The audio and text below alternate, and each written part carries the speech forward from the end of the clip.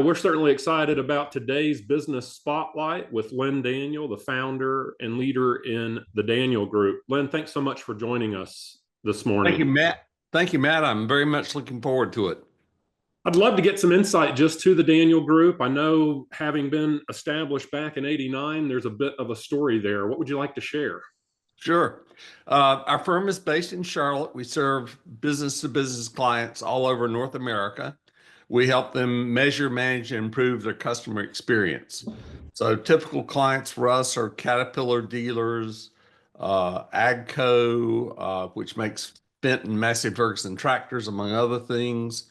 We also work with what is now industrial international trucks. It used to be Navistar, but they're one of our clients as well. So we're working with the OEM and all their 200 plus dealers throughout North America. As I said, we help companies measure, manage, improve experience, and we really do a lot of work with companies that sell things. If they roll it, it digs, they lift it, then we're the company to work for them on improving customer experience. I think we know that industrial market quite well. Customer experience. Unpack that a little bit for us. What does that really mean?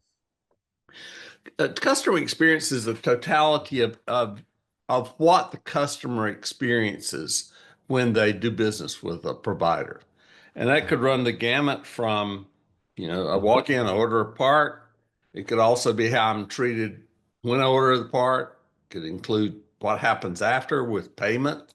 Also, some things that I think a lot of companies overlook sometimes are just the appearances. For example, how do your buildings look? That's part of the experience. When that service technician shows up, are they nicely dressed? I realize that sometimes they may be a little dirty because they're doing things that get them dirty, but are they appropriately dressed? Is the truck that they're driving, does it look professional? For example, I saw one the other day that looked like it had been wrecked. I shouldn't say wrecked seriously, but it had a lot of dents and bangs in it and had been there for a long time. Now, some would say, well, that doesn't matter. It really does matter. That's part of what goes into helping a customer make a decision about a company. And it's the totality of that experience they have with the company.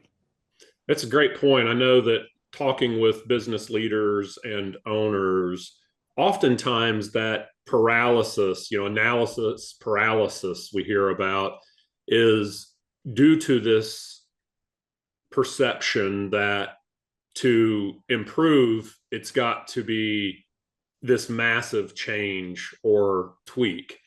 And in the customer experience model that you all have developed and used, how does that fit in with the 1% improvements and kind of the compounding effect? Well, what we've learned over the years is that if you're going to really improve CX, you also have to really start to look at your culture. Is that culture the kind Absolutely. of culture that supports good interactions with your customers? Because reality is, if you really want to improve CX, you've got to figure out ways to engage that customer on an emotional level, not just rational satisfaction, but did they experience some satisfaction that was emotional? Simple things sometimes. Do people smile when you walk into a place of business? Do you get greeted, or do you just do they sort of ignore you? Those are the kinds of things that, if you do it right, can really cause you to stand out, because unfortunately, it's not something that a lot of people experience that often when they go in. You Uh, know, Go ahead. no, no, go ahead. Yeah, I was just thinking about you're talking about there makes me think of our model for business success. There's 6 steps there. Well, at the base is mastery. And in mastery, you have time, you have financial or money, you have destination, clarity around where you want to head, why do you want to head there, and who's part of that journey. But lastly is delivery. So as you work in the Daniel Group with your clients on the customer experience, how would it fit across kind of those four quadrants of where the actual work happens based on the assessment you all complete? Does that question make sense? Yeah, it really fits into that delivery. That's where we are at, and that delivery could be most any point in the customer journey. Because when we talk to a customer, either by phone or by a digital means or some other way, we want to understand what did they feel went very well in that transaction, and what could have been better. And the really powerful thing about those two questions is Mm-hmm. customers, if you ask them what could have been better, they'll generally come up with two, maybe three things that were top of mind. Likewise, if you ask them that same question of what went well, they will come up with the two, three things that typically stand out in their mind.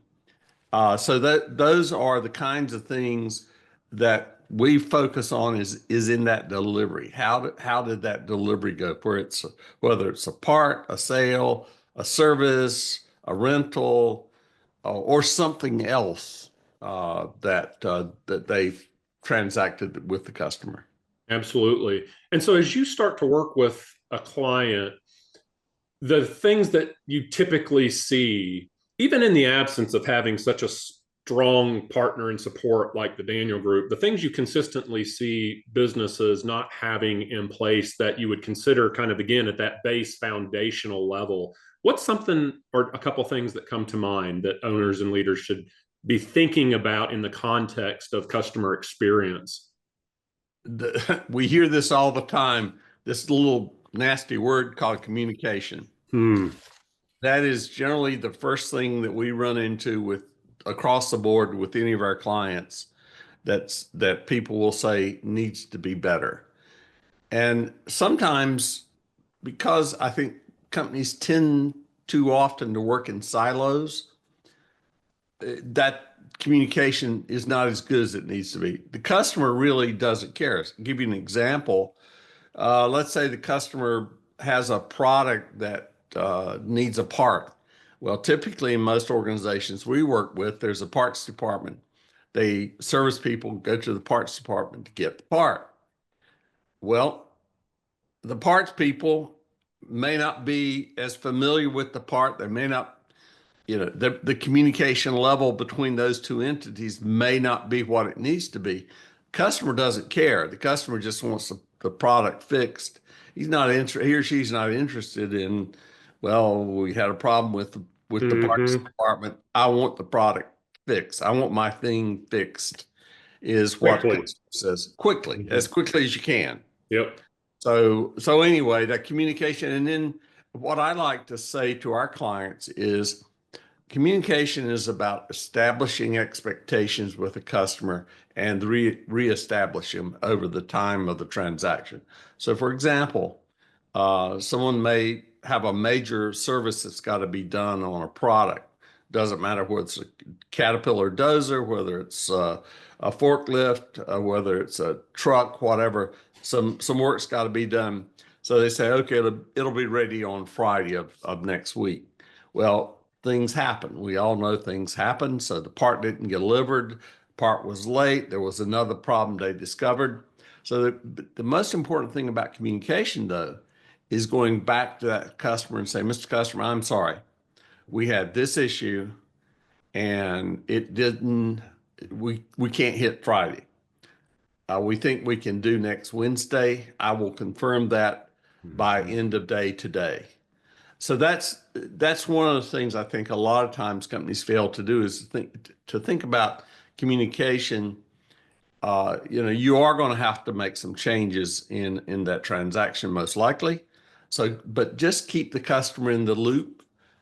This is obviously where technology can help, but it is not the it's not the answer to everything. Yeah, and I think we talk a good bit about the lifetime value of a customer in the business view of the customer base and what's good for business and good for margin. as we think back to kind of how we started the conversation about this analysis paralysis, where business leaders will slow to take that first step. I think in what you just shared with us, you commented on the number of transactions. And in a business like this, and in a chapter previously in my own career of running automotive repair shops that we franchised, you have the opportunity to implement and improve, as you guys, talk about with measure, manage, improve. It's the foundation of kind of how you built your business, and everything kind of stays Mhm. back true to those guardrails. You think that that first step with respect to those number of transactions, you give the clients the insight based on your program to analyze their customer experience and how the customer feels, two main categories. The next most important piece then is what's done with that. And you're kind of scratching the surface there. Talk to us, if you would, a little bit more about that. Now what? What what we have learned over the years is that what do I do with this information? It's not always obvious what you do with it. So Mm-hmm. one of the things we've done is we've started a CX Institute, training institute, to help our clients, primarily front end employees and managers and supervisors, to better understand what do I do with it? How do I take this feedback from the customer, and how do I make changes in the area that I'm responsible for that's going to make life better for the customer in the future? And so we work a lot now with our clients on that very thing. How do we get them to understand what the customers are saying, and then take action on it, so that uh, when new employees come in, they understand what's expected within internally, and that how they communicate with the customer, how they deal with the customer. Existing employees, train them so that they better understand, well, what do I do with this feedback from the customer? Because the feedback is golden. Customers will tell you what you need to do That's to right. improve. You just got to listen to them, and then you got to put at least some of those suggestions back into place. Because let's keep this in mind. I think a lot of customers don't necessarily want to change from a provider they're happy with. They're forced to change a provider because the Yes. provider didn't listen and didn't take action and Yes. didn't do something to improve the ability for that customer to get what they want. That's right. We talk about that formula for change as dissatisfaction times vision, plus the first steps you have to take, is greater than the resistance. So the point being is it starts with that dissatisfaction of I'm not receiving the service, or it's not as simple, or it's not as affordable for the quality. There's all these variables that whether the client, consumer, customer, whatever, realizes that they're running that decision making process through. Yeah, that's good insight. I want to go back to something you mentioned about the communication and training of the team. And as we look at the Daniel Group and the long history of maybe thinking more about your business itself, and I'm assuming, but don't want to operate on that how you work with your clients is a lot about how you run your own business, with the respect to you just talked about them understanding what's expected. So we'll talk about the keys to a winning team, strong leadership being the first of those, a common goal being the second, clear action plan, and that they understand the rules of the game, that they've got some leeway to take some risk and have channels to recommend things, new ideas, and improvements. And lastly, full participation by the team. In the Daniel Group, what does your team structure look like, and what kind of makes you different in this customer experience space, which I think there aren't a ton of players in, or at least not solid players. But what are your thoughts there? Um, I think, well, for just a little bit about numbers of people, we've got about 80 or so uh, remote interviewers, researchers. Um, I'm very pleased to say that we have a very low turnover rate compared to other call center operations. And I think part of that has to do with what I'm going to say as follows. The remainder of our team, about 20 people, are managers, IT people, people of that type. And I think there are several keys to our ability to serve our clients well. First of all, we've hired, I think, the right kinds of people. Are we perfect? Nope. We It's had people. just yeah, just didn't work It's out. people. That's Yeah. just reality. But I think Be messy. we pay a lot of attention to not only one's technical capabilities for whatever the job is, but also I think very important, as important, maybe if not more so, is what we call EQ or emotional quotient. You know, Oh can yeah. they communicate well internally? Do they treat others with respect? And so when I hire or bring on a new person, I think one of the things there are two things I say to them. I say, we're here to make a difference, make some money, and have some fun. If we can't do those three things, then we're failing. And the second thing I say to them is, I'm much more interested in having you come to me to beg forgiveness than ask permission. So that's sort of part of our culture. I think it's reflected now in our ability to retain Mhm. interviewers very well. You know, for example, when we hire new interviewers, we use our existing network to get referrals in, which means we're getting a employee that understands the job better and understands our culture better already because a friend told them about it. Recommended. Hmm. Absolutely. So as you think about your journey, not just with the Daniel Group, but overall, but in the context of running your business now, and those that maybe are earlier in that journey, even just really getting going, first 5 years or so, and you're kind of looking back, and at this point in time where you're able to focus more on marketing and growth of the business because you have a great team you're supported by and surrounded with in your leadership and in your interviewers. What would be a nugget or two you'd offer to somebody saying, how did you do it, or what was the special sauce?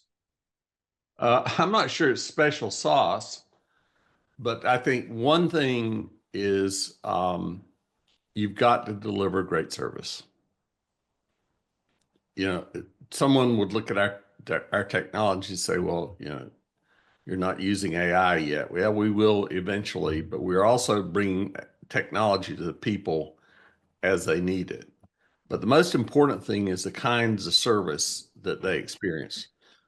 When someone calls, when someone sends an email, our team responds. We do not we Team do not let responds. things go undone. And I think that's led to, you know, over 90% of our revenue over the last 10 or 15 years has come from referrals. Uh, Started out with Powerful. Cat Network. Actually, every single one of our major clients has come from referrals. So that's, to me, a very powerful indicator of just something about the culture, something about how we've been able to establish a strong position in our marketplace. Well, and it proves you're walking the walk, right? Because if I think about the um, customer experience surveys, the likely to recommend is tied probably most heavily. I welcome your expertise on it. Probably most heavily to their decision to act. Yes, Meaning, yes. so And that's a really important thing. We also have done some research with the customers that we're talking to, and we're finding that about a third to 35% are actually active, what we call actively referring. They have referred a provider to someone else in the last 6 months. Now, my guess is that a lot of the businesses out there have people that are referring. But the thing to keep in mind is over 90% of those people who said they referred, they were the people who gave you a 9 or 10 on the net promoter question, likelihood to recommend. So it's mhm. those who are clearly most satisfied with their experience and working with a particular company. Um, the other thing is, won't get off into this today, but I think we need to fundamentally rethink marketing uh, in the world we work in today, because customers are getting less and less interested in having a salesperson pitch them. They're using outside sources, but one important outside source they're using is they're talking to other people. They're talking to other people to find out what they thought of a company, a product, whatever. And this is something that most of the companies that I see are not managing very well. That network of referring activity that's going on within your organization.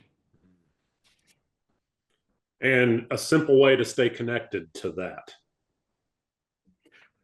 So a very simple way to stay connected is when you sign up a new customer, find out how they got there. Ask. Ask. And Yeah. it should be part of your whatever kind of information Yeah. system you have. When you set up that new account, find out, if you can, the who recommended, well, did you come because of recommendation? If so, Or lead who source. who was the lead source? At the Mhm. very least, have someone send a thank you note to that person. The little things add up, don't they? Little things add up, and that goes back to that emotional connection. Mhm. Uh, that's not something that most people expect, but if you do it, you'll surprise them. Doesn't cost Absolutely. a lot of money, takes a little bit of time, but it's very powerful. It is. And it separates you from, Yes. yes. So, well, this has just been wonderful. We're meeting today just before the Thanksgiving holiday here on the 27th, 2024. So, certainly wishing you a wonderful holiday, hoping the family time is just more than memorable. As we go to wrap up, who would best benefit from reaching out to the Daniel Group to have a conversation?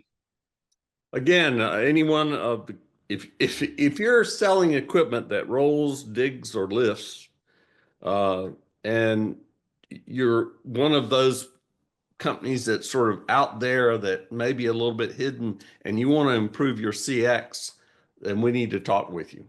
Absolutely. It starts with a conversation, right, Lynn? Charles, and I'm glad to give anyone my cell number.